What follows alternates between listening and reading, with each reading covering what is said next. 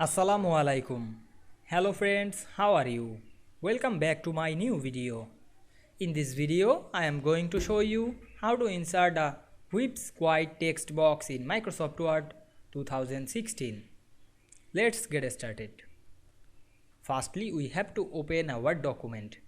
Now we want to insert a whip squad text box in this document. Go to the Insert menu. Then click the text box option and find and select the whip squad. Then click it to insert. And now we can see we insert the whip squad text box very easily. You can edit the text box text, click the text and edit text. Otherwise you can write the source.